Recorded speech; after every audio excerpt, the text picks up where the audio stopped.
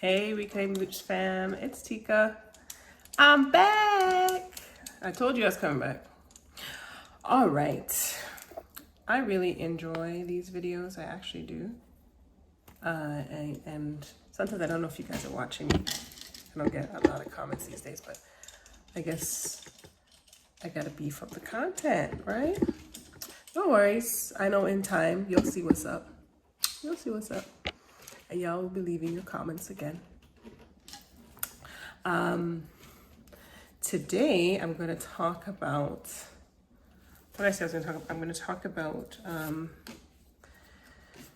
the economy, the wonderful economy that we are experiencing in Ghana and all over the world. Man, it's hard. It's hard out here. It's hard out here. This is the Plan B series.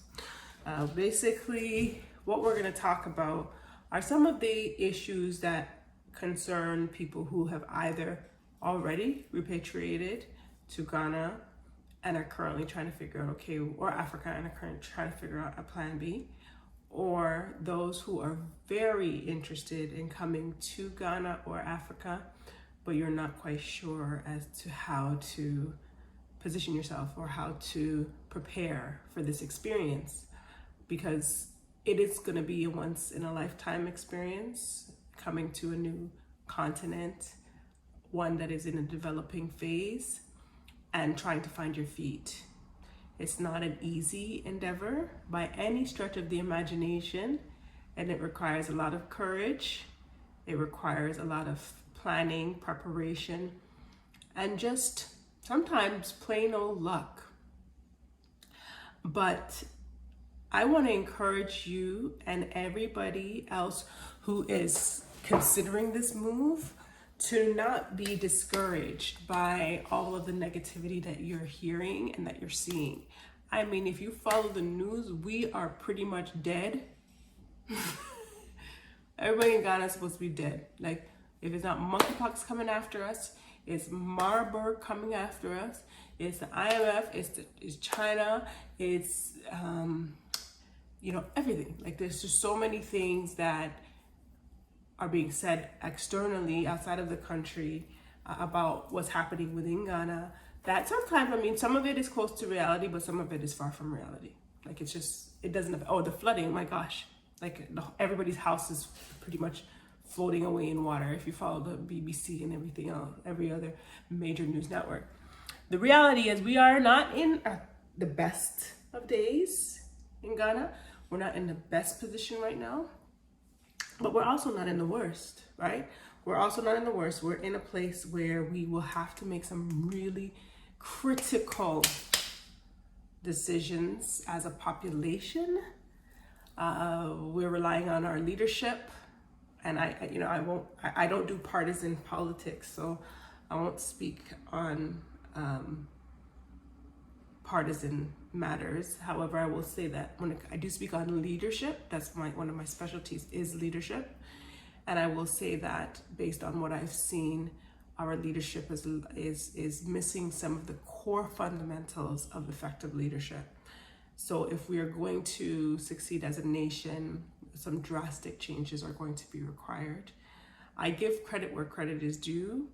I will say that, there have been some major developments within Ghana that are very positive and that are moving the country forward.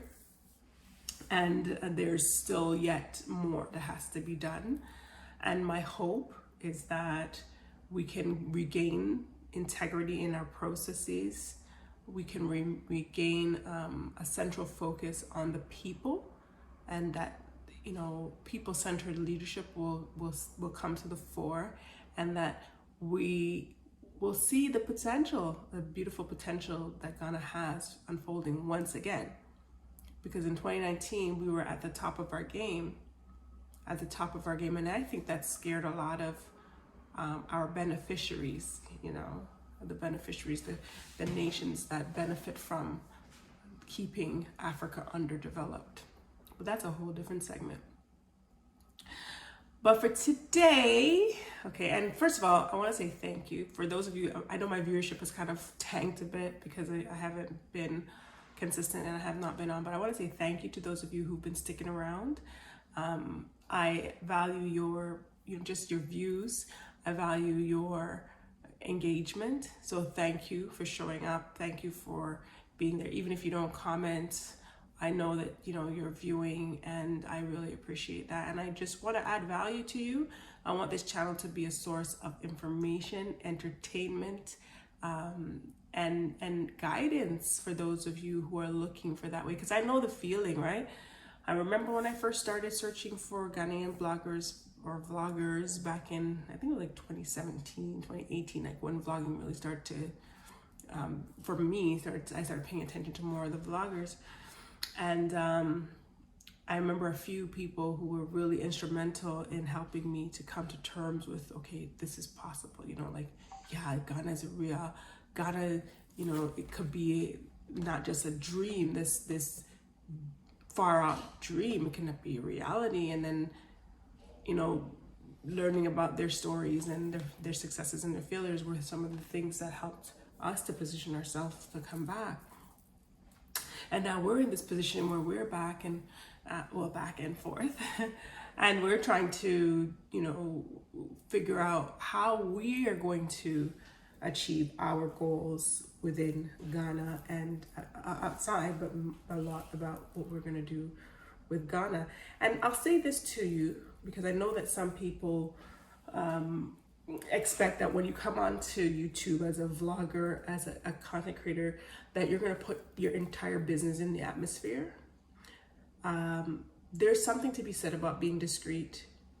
And there's a few people who understand this philosophy that, are also in this space. There's something to be said about being discreet, and also about just guarding your certain aspects of your privacy. I know what I'm comfortable sharing and how much I'm comfortable sharing. And just because I don't share it doesn't mean that I don't value my audience. It just means that either it's not the right time or it's not the right information in the right platform.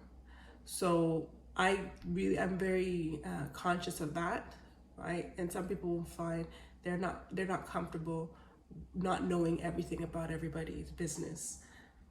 For me, that's okay. Like, I don't think you have to be somebody who's in the public space who shares everything with everyone.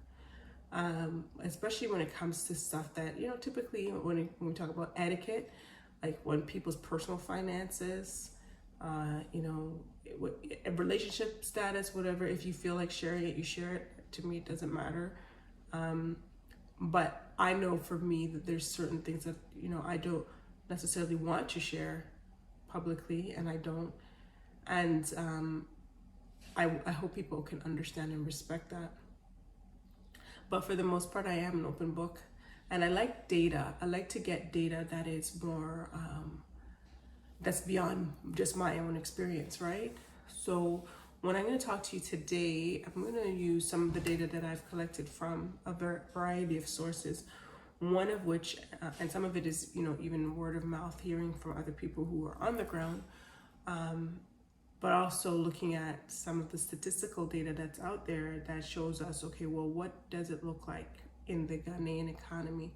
What are some of the figures and the numbers that you can expect to experience when you come here, right? Because if you've never been here, you don't know what to expect. It's like a completely new ball game for you, right? I've been in Ghana. I lived in Ghana for a couple of years, and I go back and forth, so I know on the ground what things cost for the most part. Although in Ghana you can't. It depends on which vendor you go to. It depends on what, like if you're renting something, it really depends, because the variance can be so huge, and it also depends on the location. So you go to East Legon and Osu and cantonments, and you're going to be paying an exorbitant amount. Well, for me, exorbitant. For some people, it's fine, but you're going to be paying so much more than you would, let's say, if you were in Tema, or if you were in some other rural part of Ghana. So understanding that, what I'd like to talk about is, how do you survive in these turbulent times in Ghana, right? because what we know for a fact is that the job market is pretty much slim. There are no jobs on the market, or I shouldn't say no jobs, but there are very few jobs on the market that are paying a salary that somebody who's coming from a developed country can tolerate, right? Also, the business environment is so questionable right now because investments, although it's coming into Ghana with the whole issue around our financial position, us being so close to insolvency, and that could be debated, but I mean, if we're going to the IMF, that means that we are pretty much insolvent nation. That is probably going to scare off some investors, despite the fact that we're still resource rich, but we still have a lot of hands in our pockets, and the debt load that we carry is extremely high.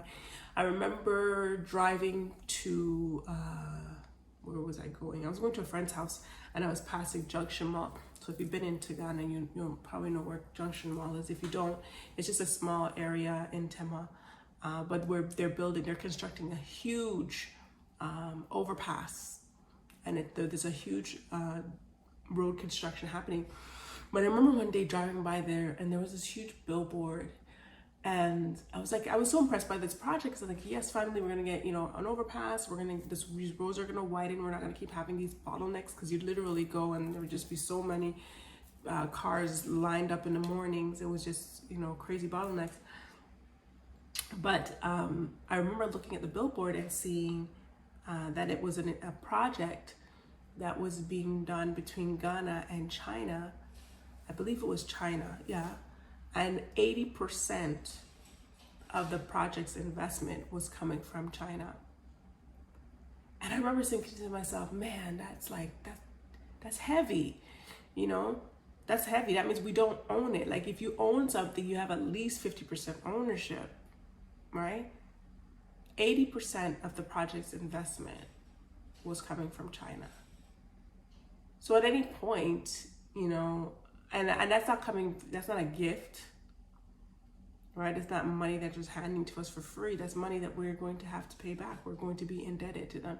Yes, we get some good roads that can help us to ship cargo, but I know, China's benefiting significantly from it, because they're the ones who are bringing in a lot of goods, and they want to make it easier for them to passage their goods throughout the country. We know how it works, right?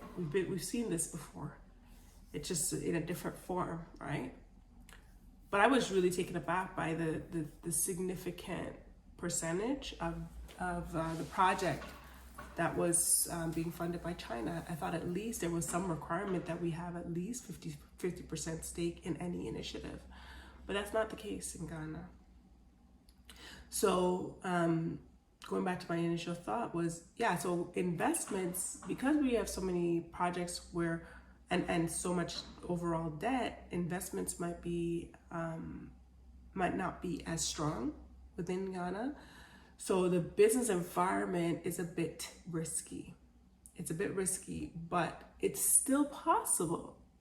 As an eternal optimist, I believe it is still possible, because we have a growing diaspora community that is coming in, and they are in need of services and supports and products. And I believe that if we can all work together collectively to domestically create and align our talents and efforts, that we have the opportunity. As I said in my last video, we have a great opportunity to transform our economic conditions.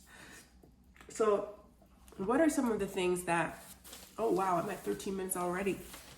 So much for my 15-minute limit. Okay, so let me talk about a bit more about numbers, not just going to the theory and philosophy. So if you're coming into Ghana, you probably have heard about Accra, right? So Accra is the main hub. And then there's Tema, which is just outside of Accra. So Tema's probably about 45 minutes on a good day on the motorway, 30 to 45 minutes away from Accra.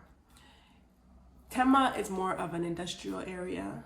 right? It's starting to become a lot more residential now, but it initially was very industrial. But it's considered the suburbs of Ghana. So if you're coming into Tema, you can expect that the costs are probably going to be a lot, not a lot, but they're going to be lower than Accra proper, because Accra is very, very, very expensive. Cost of living, and I'm going to go through some numbers with you just to give you an idea as to what that can look like, right? So cost of living within Tema, without, or just, sorry, let me see if this is Tema. Is this Tema or Accra? Hold on. Yeah, this is just Ghana. Let me just select a city in Ghana. So let's say Accra, all right? So cost of living in Accra per month without rent, like let's say you own your own house and you don't have to pay any rent, you're looking at about 2,319 Canadian dollars, and this is pegged at Canadian dollars, okay? But at this in Ghana cedis, because I'm comparing it to Toronto, because I'm in Toronto. But in Ghana cedis, that's about $14,555.61. That's for a household of 4 people.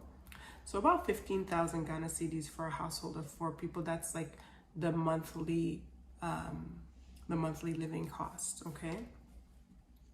For a single person, the monthly living cost can be estimated about 643 Canadian dollars, or about 4,038 Ghana cedis. And this is very accurate, because when I think about my own experience, right? When I look at some of the line items, they actually they're pretty accurate. And this was updated as of July 22nd, 2022. So it takes into account some of the inflationary costs that have really driven up expenses in Ghana. All right, so I'm gonna give you some examples. For instance, so one of the things that this site that I'm using is called Numbeo. But one of the things that it does is it does a comparison in terms of, is it more expensive or less expensive? According to Numbeo, Ghana, Accra is 55.96% less expensive than Toronto. That's without rent.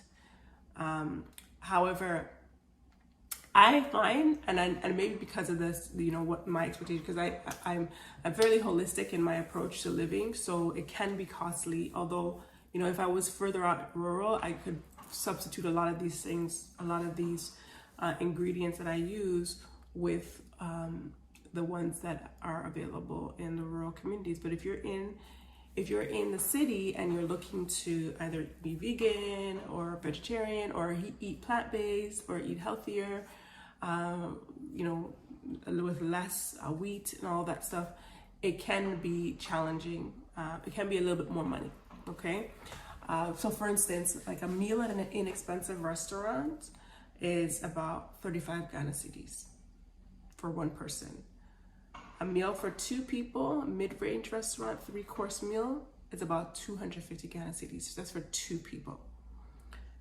The equivalent of a fast food restaurant, so like say McDonald's or KFC, a combo meal could be about, on average, 58 Ghana cedis. Domestic beer, about 10 Ghana cedis, and imported beer, about 15 Ghana cedis. Water is about 2 Ghana cedis and 85 cents now, which is incredible, because I know when I first got there, I think water was maybe about 150 or something of that sort for one bottle, and 250 was like unheard of. But now it's like about $2.85, $2.85 Ghana cedis. Milk, if you do milk, it's about 14 Ghana cedis on average per liter. The loaf of fresh bread, about 6 or 7 Ghana cedis, depending on the bread you want. The healthier it gets, the higher the price becomes. But a standard white loaf is about 6 Ghana cedis. White rice, I find in Ghana, you can get brown rice, you can get local brown rice. It's just more like a red texture, a reddish rice. It's not the kind of thin brown rice that I typically find in North America. But most of the rice is imported, or local white rice. It's bleached rice. That is 12 Ghana cedis on average. Okay, I feel like that is more than that. I believe I pay more than 12 CDs for that.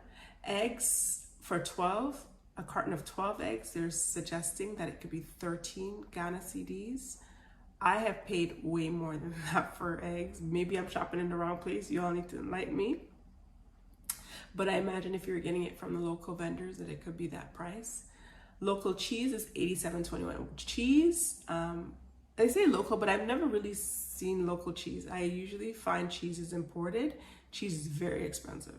So if you like cheese, Ghana's gonna be a problem. You may have to learn how to make your own cheese because cheese is very expensive. Like for instance, and I don't eat dairy a lot, but when I have a, that desire to binge or to have something that I really like, I'll go and buy some dairy. But I went to the store and I bought this feta cheese kit. So it has feta cheese, olives, oil, and I put it in a salad and it's yummy. And when I first started buying, it was like 40 Ghana cedis, and I was really bummed about it. I was like, this is too much. I should have to pay 40 Ghana cedis just for this. And then lo and behold, just before we came, before we left, it was about in about April, that same thing that I was buying in January for 40 Ghana cedis was 87 Ghana cedis, and I'm sure now it's probably over 100 Ghana cedis. I was shocked. I was like, are you kidding me? There's no way I'm buying it. I'm sorry. I have to find an alternative, or I'll just have to do without having Greek salad. That's fine. But cheese is very expensive, so keep that in mind. If you love cheese, I'm sorry to tell you, it's gonna be expensive. And if you're already in Ghana, you already know. You know what's up.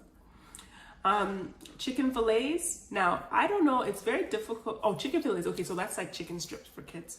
So it's about 35 Ghana cedis. Those are some of the more higher end products. Most of the imported box processed food, which, quite frankly, if you can make it yourself, make it yourself. It's better that way. Less preservatives. It's not coming from far away. A lot of these products come from like Brazil, France, Europe, and they're loaded with all kinds of preservatives and salt and all that stuff. So if you can avoid it, by all means. But it's like 35, on average, 35 Ghana cedis for like a box.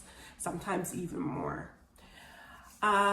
Beef, I don't do beef or meat, so I can't really give you a comparison, but it's about 36, according to this data, it's about 37 Ghana cedis for a round of beef.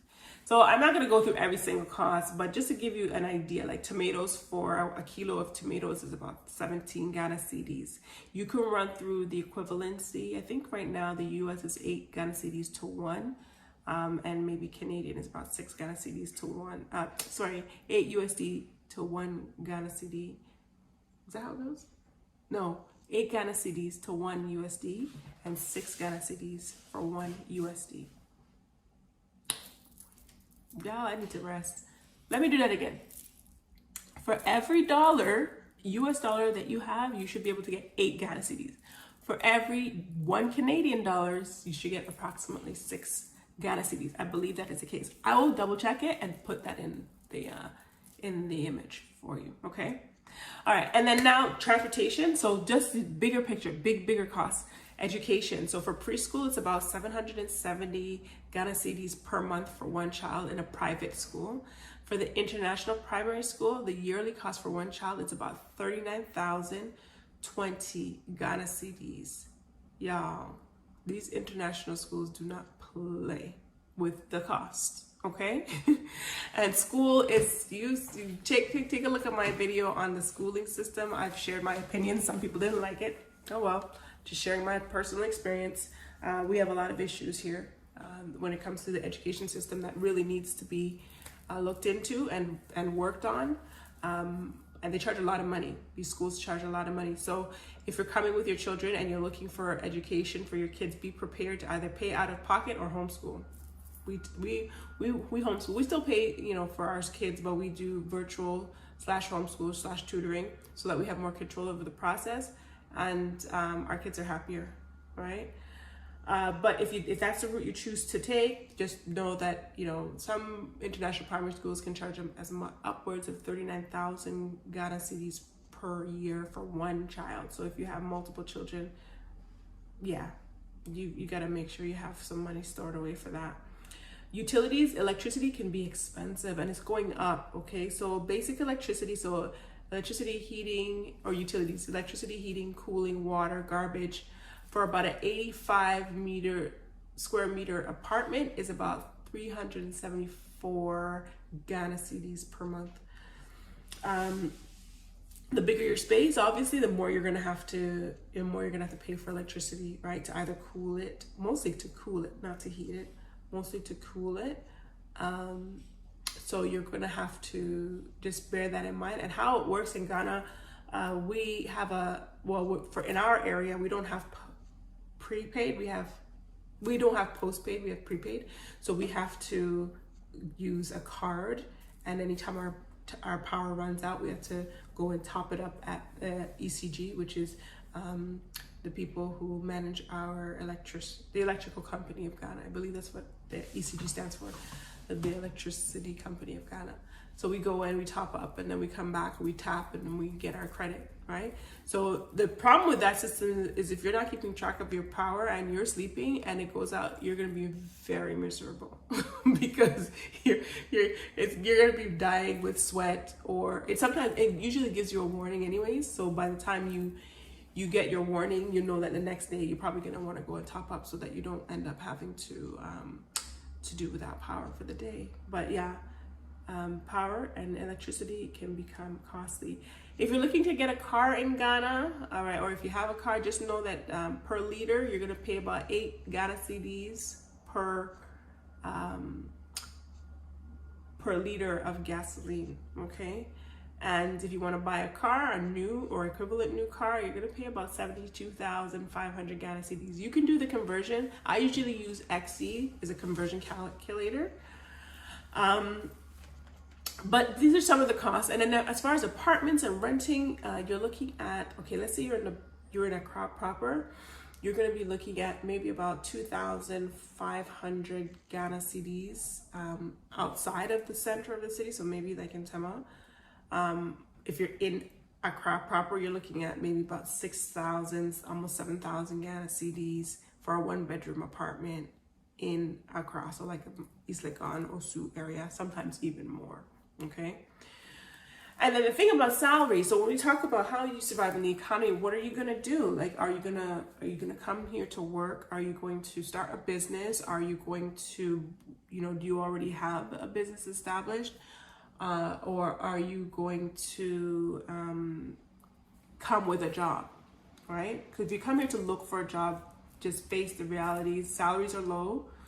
Like, for instance, the average monthly net salary after tax is about 2,600 Ghana cedis, which I don't get. Like, it's not a livable wage. If you're saying that the average, family, it pays out about 14,000 Ghana cedis, and the average individual, pays 4,000. It's like, if you're gonna pay 4,000, and that's not even including your rent, but you're only making on average 2,000, there's a huge disparity, right? So most people in Ghana have multiple jobs, right? Multiple jobs, or if they are entrepreneurs, they have businesses that can generate the kind of income that they need to support themselves. But you've got to really think hard about what you're going to do as far as income. That's one of the things for us that was, tough, because, I'm an entrepreneur, and my husband, he's pretty much, he's a 9-to-5er, but while we were there, establishing a business was a priority. But in the climate that we were in, it was a challenge to do that, right? So we have to go back to our traditional approach to generating income for our family, and also, trying to continue to make headways with the businesses. However, it's not something you're going to do within a 6-month period of time and expect that it's going to just be profitable.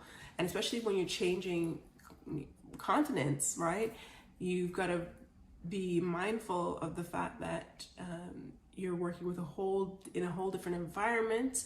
Even if you're supporting your clients externally, there's still a transition period that you got to go through, and you've got to be able to adapt to the new setting. So one of the biggest challenges for me as a digital nomad was dealing with the inconsistency of power. Like, it was very frustrating, because there were times where the power just decided that, I'm not coming on today. You're gonna just have to deal with it. ECG was just like, yeah, today's not the day you're gonna work, so go find something else to do. And that was no fun, you know. So I have to really plan my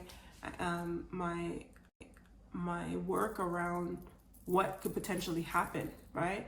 And if it does happen, then we pick up ourselves and we go somewhere else where we potentially have more stability and power.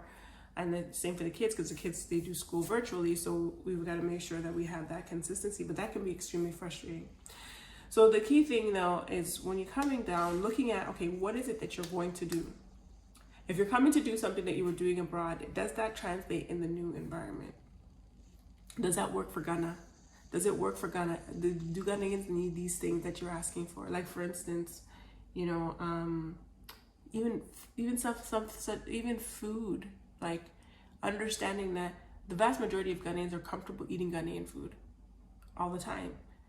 But then there are expats who are like, okay, or repats are like, but I want a sandwich. I just want a sandwich. I just want, you know, healthy sandwich. I don't want anything with tomato sauce in it today. And that may be difficult to find. So there's a gap in the marketplace, right? There's a gap for healthy, quick, fast food that is, you know, prepared in a hygienic environment. If you can fill that gap, then yes, you have an opportunity. But if you're coming here to open another wache shop, guess what?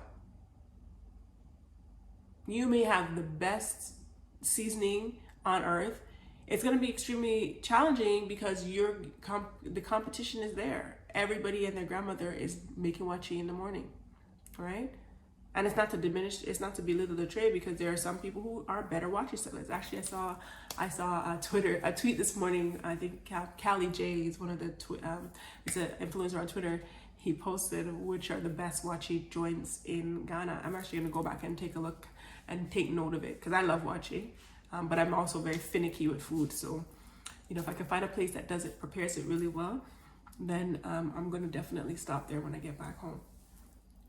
But okay, so this video is going to be, it's coming in very long, so I'm gonna cut it, and then I'm gonna do another one where we continue the conversation on the economy. But basically, some of it may seem like, you know, okay, you know, yeah, that makes sense. But really think hard about the various types of work. Look at the types of skill sets, the skills that are in demand, right? Here in Ghana, a lot of people, and you could serve the expat market if you want to, or you could serve the local market, or you could serve an international market.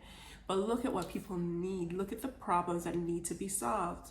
And it could be very basic problems. Like, some people came and they said, okay, well, recreation for kids. People need a recreational space for their children. Let me create that. And because they created that, now they have an opportunity to sustain themselves and also to provide entertainment and fun to people in Ghana. Not because the economy is, you know, tanking means that everything is doom and gloom. In every failing economy, there are opportunities, but you've got to know what your skill sets are, what your strengths are, what you're capable of doing. And if you can, ahead of time, plan to get a job in Ghana, if you can, right? There are services like movemeback.com. I think there's another one, Ahaspora, I believe. They're just and Guba, the Guba network. They work with people in the diaspora to help them to figure out their plan to return, and hopefully with the new Homeland Return, and I don't want to say new, but the pending Homeland Return Act, that will make it easier for people in the diaspora to come back and to have an easier integration into Ghana, because it's not easy. And one of the another thing that is very challenging is you get targeted by people. I mean, the reality is there are some people who are very desperate. The financial situation is hard.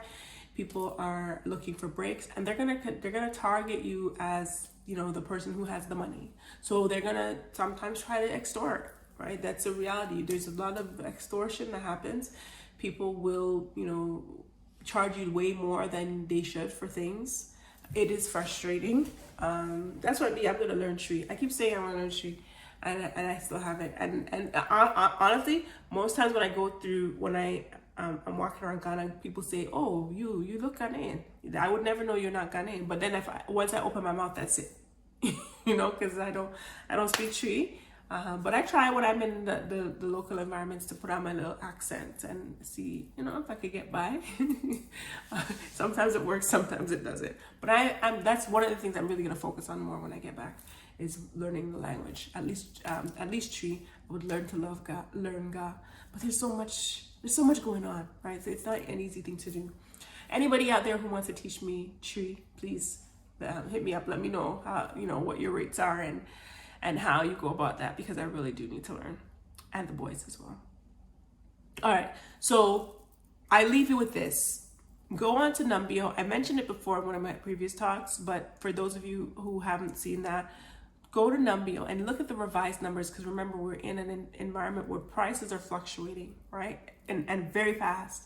Go to Numbeo, numbeo.com, and look at the cost of living index, compare it to the city where you're at, see what the difference is, whether you're in the States, whether you're in the Caribbean, or if you're in the UK or Canada. Look at the comparison and make a realistic plan based on some of those numbers. They're not going to always be 100% accurate, but I can tell you based on my own personal experience, they're close enough. I would even add in a little bit more as a buffer. But this is the reality right now in Ghana. And if you want to sustain yourself, you're going to have not just savings. Don't come with just your savings, because your savings will run out. You have to have a consistent stream of income, something coming in on a regular basis. A lot of people in Ghana who repatriate have, they're trying really hard, really, really, really hard. And if we can support one another, if we can, encourage each other, if we can be there as service providers, if we can keep the funds, not just within the diaspora community, don't get me wrong, I believe we need to help everybody, and not just help, but we need to be a community of people within the continent. But intercontinental trade is so critical right now. It's so critical for our survival. And my hope is that we'll see that, and that we'll do a better job of helping each other. So I'm going to do a quick recap for you on the screen of what to do, or what you can consider doing when you come to Ghana. I'll go more into, so one of the things that I do, I am a business and branding coach, and I work with small to medium enterprises who are either abroad or in Africa. And I work on mostly branding solutions. I'm a Maxwell certified coach, speaker and trainer, but I help people to think through, what their career trajectory is and business trajectory is, right? And I don't do so much career planning as I used to, but I focus mostly on business branding and messaging and helping people to convey and communicate and connect with their audiences. So if you're really stuck, and the personal branding pieces as well, if you're really stuck in terms of trying to figure out what to do, my hope is that by sharing some of these thoughts with you, it will help you to get a bit more clarity, because that's what you need it for. The first step is getting the clarity so that you can, in fact, make the right choices for yourself and for your family. And if you're already established abroad and now it's just a matter of transitioning, that's even easier, right? In my next talk, I'm going to talk more about, okay, what are some of the other options beyond Accra, right? I have not lived outside of Accra, so I can't tell you, although we are looking at other places outside of Accra to ultimately settle, but I have not fully lived there. But from what I understand, if you go outside of Accra, there's a lot of options to keep your costs down, okay?